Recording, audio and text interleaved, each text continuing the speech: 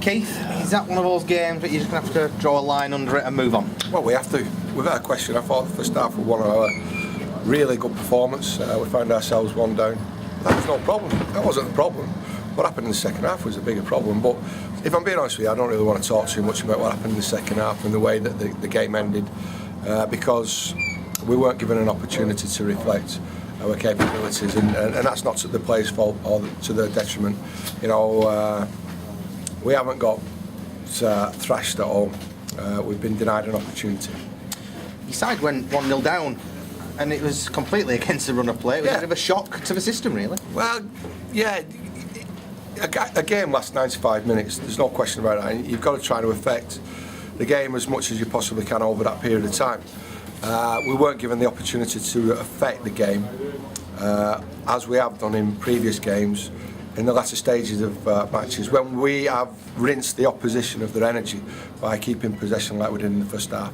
So for me, the results, as angry as I am at this moment in time, when Jack O'Connell got sent off, all I was really concerned about and was trying to achieve was a +5 goal difference. We had no chance of winning the game at that point. The spectacle for the supporters was over, and unfortunately we didn't manage to achieve our objective, which now puts us on +3, and we worked exceptionally hard to try and get to +7 and try and increase it. So I wasn't too concerned about losing the game. At the end of the day, more the goal difference, which has probably affected us and maybe affect us in the next 4 or 5 league games. I've got to ask you about the 2 sendings off. Yeah, but I won't answer you. Okay. It's as simple as that. You know, ask the referees association to explain themselves. It's not good asking me. You've got to be given the opportunity to interview referees, the referees association, the chairman of the referees association, so that we can get some truths and some, I suppose, some reflection of why they're making the decisions that they are.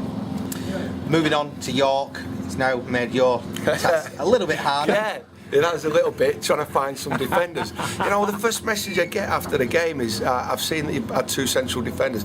I don't want to recruit. I'm not going to recruit players just for the sake of it. You know, I've got an exceptionally good squad. There's nothing wrong with what we're doing. I'm really pleased with where we're at, the points that we've got, the way that we're trying to play.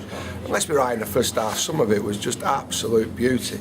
You know, and I was more than happy, reasonably happy with the performance, the opportunity to go on and get something out of the game, but it's all been taken away from us. If it had been taken away from us by the opposition, wow, hands up, but it hasn't been.